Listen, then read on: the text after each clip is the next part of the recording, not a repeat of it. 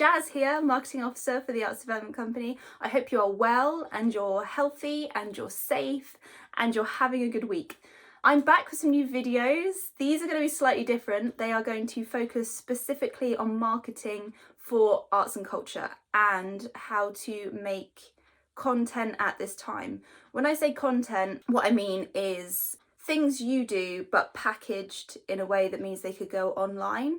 This video, funnily enough, isn't about that at all. It's the opposite. But mostly it's going to be arts and culture, marketing tips for you guys to help you make content for your audiences at this time. I hope that makes sense. There will be very specific things about Dorset and Bournemouth, Christchurch and Poole because that's where I work, and I want to be able to help the local artists and arts and culture sector. But that doesn't necessarily mean these aren't for you if you're outside those areas. They are tips that hopefully will help everybody wherever you are in the world. If you have any questions or you need any more information, please do comment below and I will try my best to help you out. So today's video is about offline ways to reach your audiences. And when I say offline ways, it's basically not using the World Wide Web to get your stuff out there at this time, which seems to be not impossible, but difficult. So the reason for this video is a lot of arts and culture has moved online, which has been amazing for so many different reasons, mostly accessibility.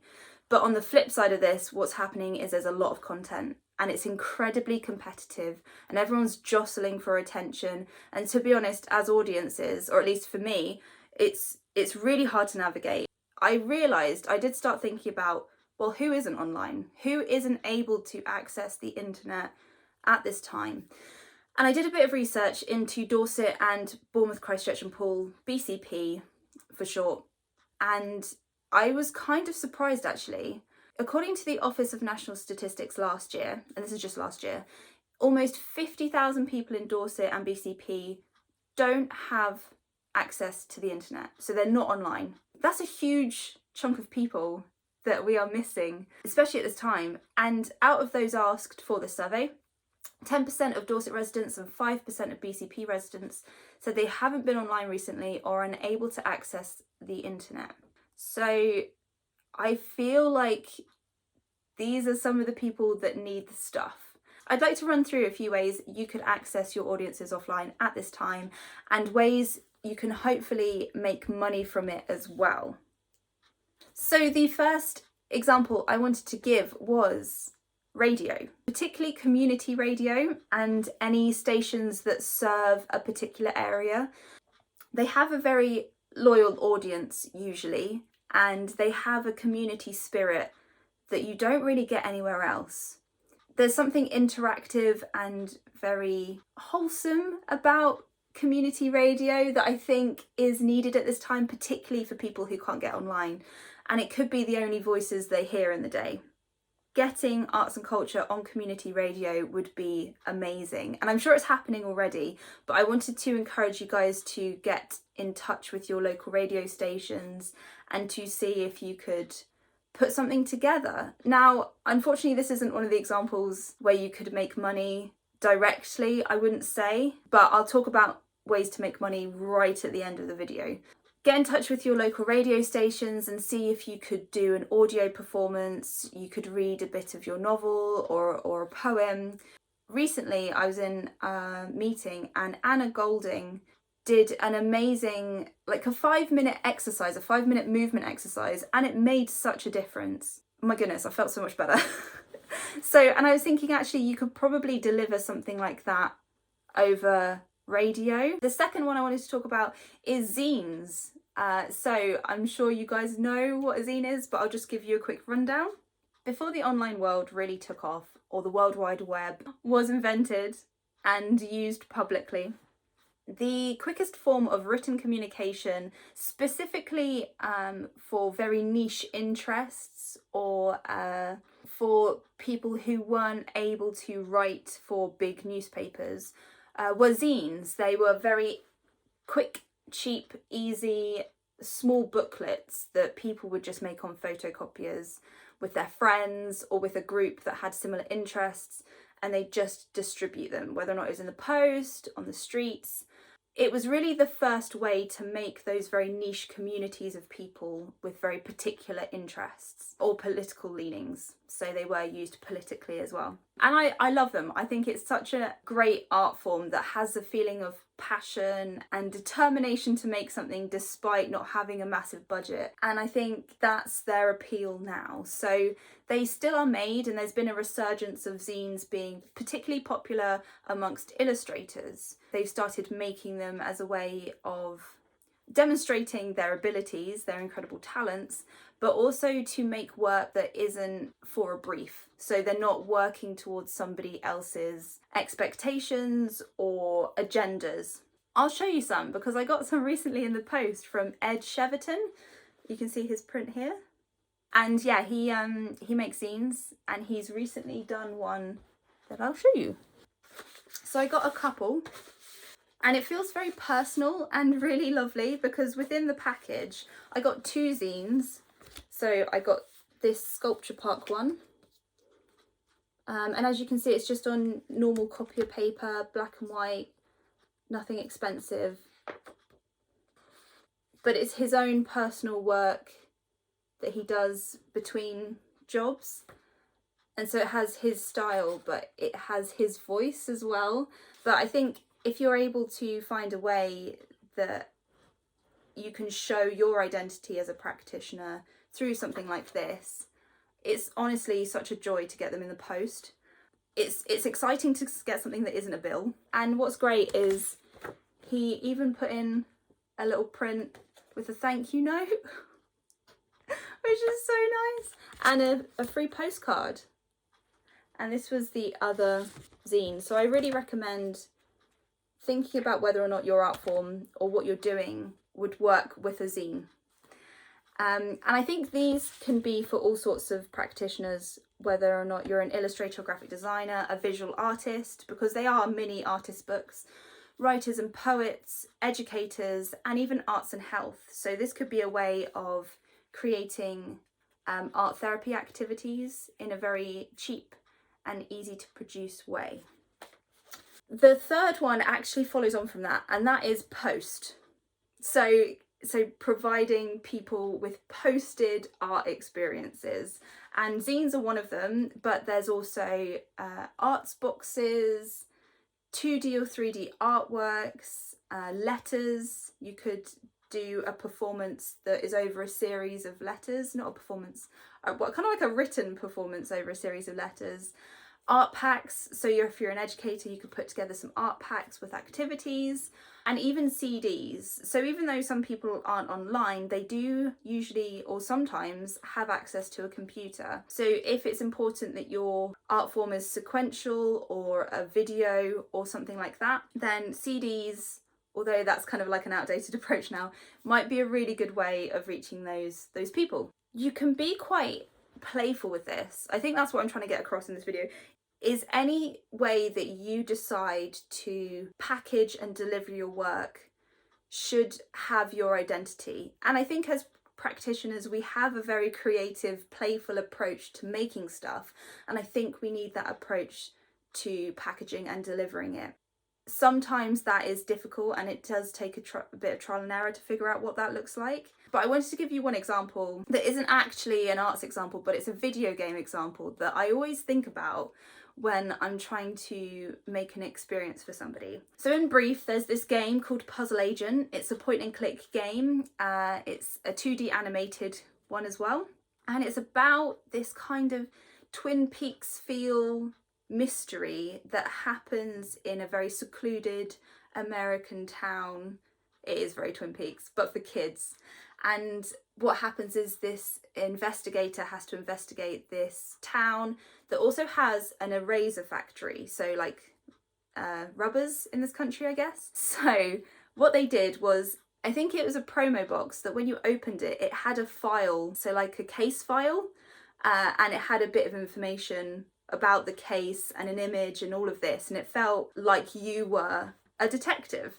But then also in the box was all these eraser shavings, which obviously is a link to the eraser factory that happens in the game. And it was a really amazing way of creating an experience that felt like the game, that got people curious and excited, and you weren't giving away everything, but they were giving away enough so people wanted to buy the game, and they wanted to be part of this, and to feel like they really were a detective. And I always think experiences like that are great and should be made either in the post or on the radio. Yeah, we can make these offline experiences quite playful and quite immersive, I would say.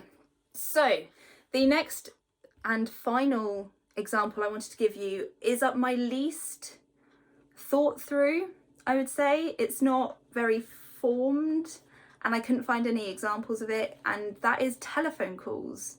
I thought maybe telephone calls was a good way to get arts and culture to people. The reason for this is I'm volunteering at the moment. I have a couple of ladies I look after and get shopping for and prescriptions and phone them, and we have really good chats. And I thought actually for them, this is their only experience of the outside world at the moment. They have TVs and stuff like that, but in terms of actual engagement with people, the telephone is the way we can get into people's houses, basically. I just felt like there could be a really interesting either audio performance or interactive performance with somebody over the phone, and you could sell that. You could sell tickets to these phone performances. Of course, there's some like safeguarding you'd need to put into place and to think about GDPR regulations and all of that, but I'm sure you guys know what I'm talking about and could do that effectively. But yeah, I think telephone calls, having performances over telephone calls would be very interesting.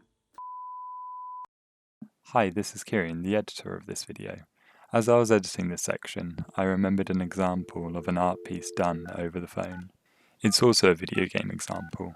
The game developer Cardboard Computer created a phone experience as part of their game Kentucky Route Zero. It requires players to phone a real number and experience an audio tour of a fictional Kentucky tourist spot called the Echo River. Hello. You have dialed into here and there along the Echo. The player goes through an automated messaging system, inputting different numbers to learn different aspects of the location, such as the type of birds there and the different restaurants you can visit. If you don't remember dialing this number at all, press 5. To hear these options again, press 0. So, you don't remember dialing this number. You just sort of woke up with the phone pressed to your ear, ringing on the other end. The phone number is a US number, so unfortunately if you don't live in the US, you can't ring it. However, they have made a version for computers that you can download from their website, and that is the version you're seeing from this footage. Anyway, it's worth checking out, and back to Jazz. It must be kind of a nice feeling, really. Okay, so those are my 4 examples, and then I just wanted to talk quickly about how to market those, because if we're creating stuff that isn't online, where do we market it? Like, how do we make sure the people that we want to see this know it's happening? The first thing is actually using online methods like social media, e-newsletters, blogs and articles.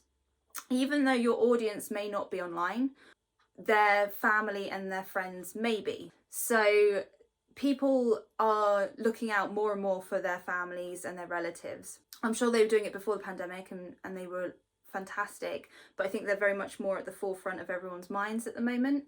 So you want to make sure that those people can find it as much as anybody else. I'd even recommend writing that in the post. So when you do your social media post about what you're doing, maybe even include, if you have any friends and family who'd be interested, let them know. Because I think unless, sometimes saying something like that helps to make that connection. Old-fashioned leafleting. So getting some leaflets printed cheaply. Please remember the environment though, and make sure they're recyclable, and you only print what you need. But yes, old-fashioned leafleting might be a really good way of accessing people, and making those leaflets fun and slightly personal, I would recommend. On the back of that, also posters. So putting posters up in your community. So on notice boards, supermarkets, in community hubs, libraries will be open soon, so they can go in there. And all these places bring lots of people to them. So it would be a very good idea to have posters in these areas. So there's something I saw in Venice that I think would work really well, is on the bottom of a poster, they'd have a telephone number or a way of contacting somebody that people could rip off. So it's basically the same telephone number, and then you can just rip it off and take it with you. So yeah, posters, make sure you get the appropriate confirmation and permission to do that. For arts and health activities, you could get in touch with charities who are looking after super shielded residents, like Age UK, or Dorset has a volunteer hub that you could potentially get in touch with, because I think charities like that are looking for activities for their groups. So how to make money? Oof, it's a tricky one. These are more ways to collect money offline, because of course not everyone's online, so we need to find ways of collecting money offline. And I think in terms of trying to get people to spend, there are different models. So you could do pay what you can. So instead of asking for an amount, if you're concerned that people don't have the money to spend at the moment, or you're trying to transition from free content back to paid content, pay what you can is actually a really good way of hopping back into paid work. So you could put a recommended amount, whatever that is, and then people can decide how much they want to pay. With anything, it is a double-edged sword. It is a very friendly and gentle way to start getting people to pay again, but equally you can't guarantee how much money you're going to get. The other model is selling tickets, of course, or selling your zines. Yeah, in terms of the telephone call, selling tickets is probably the best way of doing it. With radio, I'm not really sure how you could make money, but it is potentially a good marketing tool to give them some of the performance or a snippet of the performance, or an excerpt of a book or a poem, and then even give them a telephone number to call if they want to purchase the book or anything, if you're allowed to do that on the community radio show you are on. So yeah, so how to take payments. You could take them over the phone, cash and check, but again, people will want to be buying your stuff for other people, friends and family.